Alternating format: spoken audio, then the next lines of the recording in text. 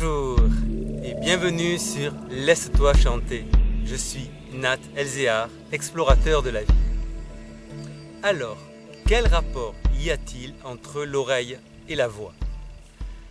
Alors, c'est un thème qui a été largement exploré par un chercheur français, Alfred Tomatis. Donc tu trouveras le lien pour un de ses livres sous la vidéo. L'oreille et la voix. Alors il y a eu aussi l'oreille et la vue, mais nous allons plus particulièrement nous intéresser aujourd'hui à l'oreille et la voix. Donc, bon, il y a un rapport en partie évident. Si on n'entend pas, on va avoir du mal à chanter. Mais ce lien va bien au-delà que ce que l'on pense communément. Alors, pour comprendre ce lien, il faut savoir que les fréquences, donc les sons, les notes, ce sont des fréquences, ce sont des vibrations, c'est une onde qui vibre à plus ou moins grande rapidité. Par exemple, quand on parle du La 440, c'est 440 Hz et donc c'est 440 vibrations par seconde. C'est beaucoup. Mais ça peut aller beaucoup plus haut que ça. Et alors, ce qu'il faut savoir, c'est que les notes que l'on entend consciemment, ce n'est qu'une partie des fréquences que l'oreille peut entendre. Donc, tu prends un piano, bon, tu prends la note la plus grave, la note la plus haute. Eh bien, ce sont des fréquences, tout ça. Et ce sont les notes, les noms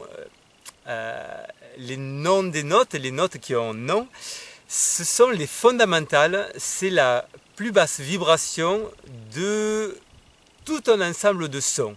Et c'est tout cet ensemble de sons que l'on appelle la note. Par exemple, tu prends un Do, alors tu vas avoir un certain nombre de vibrations par seconde pour ce Do. Mais ce Do qu'on appelle Do et qu'on entend Do, ce n'est qu'une partie du son. Il y a beaucoup d'autres vibrations par-dessus, beaucoup plus élevées. Par exemple, si tu prends un La 440, on va reprendre un exemple simple, enfin connu, 440, et bien dans ce La 440, il y aura aussi une vibration qui va faire le double, qui va faire 880. Et puis il y aura plein d'autres fréquences qui vont dépasser 1000, 2000, 3000 Hz. Donc c'est voire plus. Alors plus un son est riche, un son vibrant, un son qui sonne, plus il contient des fréquences élevées et plus, et toutes les fréquences intermédiaires. Plus un son est pauvre, une voix pauvre, si je parle avec une voix pauvre comme ça, une voix, elle va être très pauvre en fréquence. Alors qu'une voix riche, une voix qu'on dit bien timbrée, c'est une voix qui est riche en fréquences. Voilà, j'espère que c'est à peu près clair.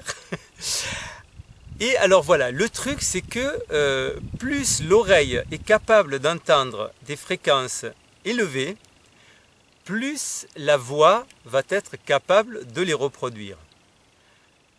Et si on n'entend pas ces fréquences élevées, elles ne seront pas présentes dans la voix. Alors, quelqu'un qui entend des fréquences très élevées, bon, peut-être avec un petit peu de travail vocal, de mise en route, mais potentiellement, il a la possibilité d'avoir une voix très riche, très belle. Une voix qui sonne.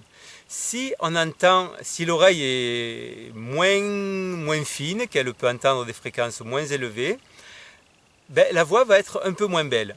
Et puis, moins on entend de fréquences, plus la voix va être pauvre et à l'extrême, elle peut être complètement fausse avec incapacité, tant que l'oreille n'est pas restaurée, incapacité de chanter juste, tout simplement. Parce que même la fréquence de base, on l'entend mal. Voilà, alors donc, avant de se lancer dans des explorations de techniques musicales, de travail de la voix, de travail du son, etc., ou d'un instrument même, la première chose à faire, c'est de mettre l'oreille en état, le plus possible. Alors, bon, là c'est pareil, on va pas forcément tous pouvoir avoir une oreille fabuleuse, mais on peut quand même grandement l'améliorer.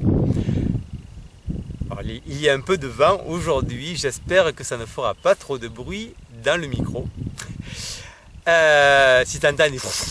c'est le vent. Bon, s'il y en a trop, je referai, mais sinon, on fera avec.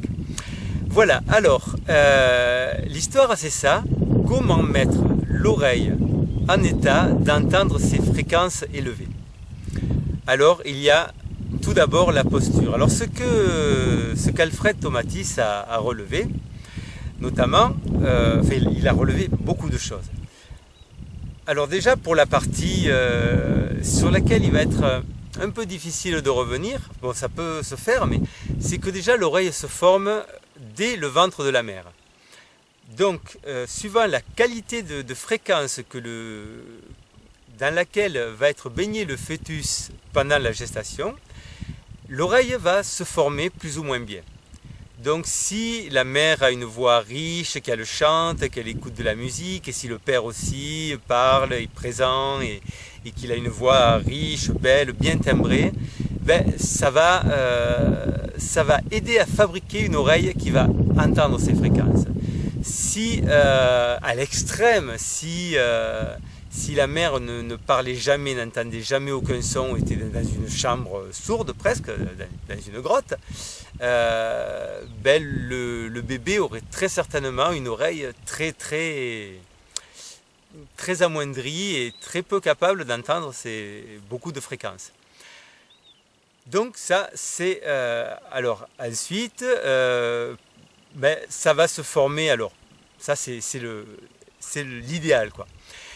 Dans le ventre de la mère, donc si tu es enceinte, si tu es une femme, si tu es enceinte ou si un jour tu as un enfant, ou vraiment je te conseille de chanter, d'écouter de la musique, d'aller à des concerts, que le père chante aussi, enfin vraiment pour donner les conditions optimum à ton enfant.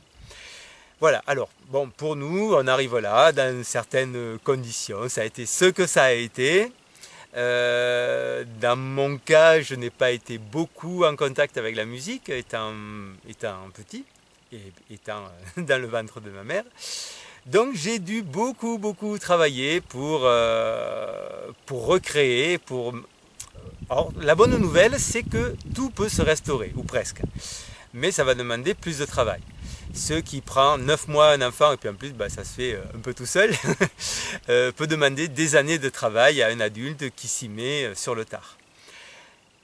Alors la première chose, c'est la posture. La posture, c'est-à-dire que donc l'oreille interne, elle est là-dedans, là derrière, et il y a des muscles. Alors il y a, bon, c'est un peu compliqué mais en gros je dirais que c'est comme une peau de tambour, avec des... bon, si ça t'intéresse, tu me mets dans les commentaires, je ferai peut-être une vidéo exprès sur l'anatomie de l'oreille et son fonctionnement précis. Pour l'instant, ce qui nous intéresse, c'est de savoir que c'est comme une peau de tambour et qu'il y a un petit système, comme ça, pour tendre le tambour. Si le tambour est détendu, eh bien, les fréquences qui vont arriver dessus ne vont pas le faire vibrer, donc on n'entendra pas ces fréquences-là. Si la peau est bien tendue, le moindre truc va le faire vibrer, et voilà. Alors, donc, ce qui va tendre la peau de tambour, le tympan, quoi, et puis l'oreille interne, ça va être la posture.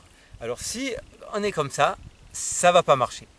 Et là, parce qu'il se trouve que les muscles de l'oreille interne, donc les muscles qui tendent le tambour, sont des muscles qui sont reliés à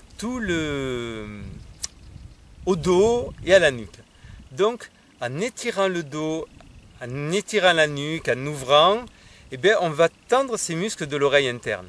Alors ça, donc là il y a le petit exercice que tu trouveras sur Réveille ton corps, soutenir le ciel, qui est absolument fondamental. Donc ça c'est vraiment le truc de base. Puis bon, je donnerai aussi un autre exercice pour étirer la nuque, hein, parce que le problème c'est que la nuque, on a souvent l'habitude, on a pris l'habitude d'être un peu, voilà, hop, on s'affaisse. Et donc là, ça va mal marcher au niveau de l'oreille interne. Donc pour que l'oreille interne fonctionne, voilà. Donc ça, c'est vraiment le premier truc. Ensuite, il y a, si c'est un peu coincé, il va y avoir le massage des oreilles. Donc là, je te mets le lien aussi. Et puis on verra un autre exercice, je le garde en réserve, c'est le tambour céleste. Donc tout ce qui va, très bientôt, tout ce qui va aider à mettre en condition, alors le massage du crâne aussi, parce que tout ça, tout ça c'est lié, quoi. Donc c'est comprendre vraiment ce lien entre l'oreille et la voix va permettre de... on va faire ce qu'il faut pour mettre l'oreille en condition. Voilà. Après, ça va permettre d'entendre les choses. Entre autres choses, ça va te permettre notamment d'apprendre plus facilement une langue étrangère, qui ont toutes des bandes de fréquences différentes. Donc chaque langue a une bande de fréquences différente. Et si la langue que l'on veut apprendre, elle est dans une fréquence complètement différente de notre langue habituelle, et que on n'entend pas les fréquences utilisées par l'autre langue, ça va être quasiment impossible d'apprendre cette langue. On va pouvoir apprendre des mots, on va pouvoir apprendre la grammaire, mais les sons, on n'aura jamais l'accent, on n'entendra pas certains sons. Et donc ça va être un peu laborieux. Donc, pour une langue étrangère, par exemple, même si les fréquences sont étrangères à notre langue, si on a développé notre oreille et que ces fréquences de cette autre langue sont incluses dans les fréquences que notre oreille peut entendre, il n'y aura aucun problème. Bon. Ça n'empêchera pas de devoir apprendre les mots, le vocabulaire, la grammaire, etc. Mais au niveau du son, ça va se faire sans problème. Et très souvent, les musiciens, puis en tout cas les bons musiciens, n'ont pas trop de difficultés à apprendre une nouvelle langue parce que les sons sont familiers. Et même donc pour un instrument aussi, parce que la manière de jouer, que ce soit sur un piano, la manière d'appuyer sur les touches, ou pour une guitare, la manière d'attaquer les cordes, va dépendre de ce qu'on entend. Si on n'entend pas les fréquences qui font la qualité du son, on ne les reproduira pas. Donc sur un instrument également, on n'aura pas un joli son. Alors si on a un super instrument, on pourra avoir un son quand même pas trop mal, mais on n'en tirera même pas la moitié de ce qu'il pourrait faire. Alors qu'avec un instrument pas terrible, si on a une bonne oreille, on arrivera quand même à en sortir quelque chose. Et l'idéal, c'est d'avoir un bon instrument et une bonne oreille. Donc voilà, donc alors je t'invite à explorer tout ça, à voir comment tu te tiens, à améliorer peut-être ta posture, à pratiquer les petits exercices de massage des oreilles, de massage du crâne, l'exercice d'étirement de la nuque. Voilà, et voilà ta posture. Et alors, bon, puisqu'on est dans la posture aussi, bon, il y a évidemment les 3 exercices là de réveiller ton corps, le 2, 3, 4, soutenir le ciel, en contact avec la terre et ouvert. Donc si tu veux chanter, ça c'est vraiment une base, ouvrir vraiment.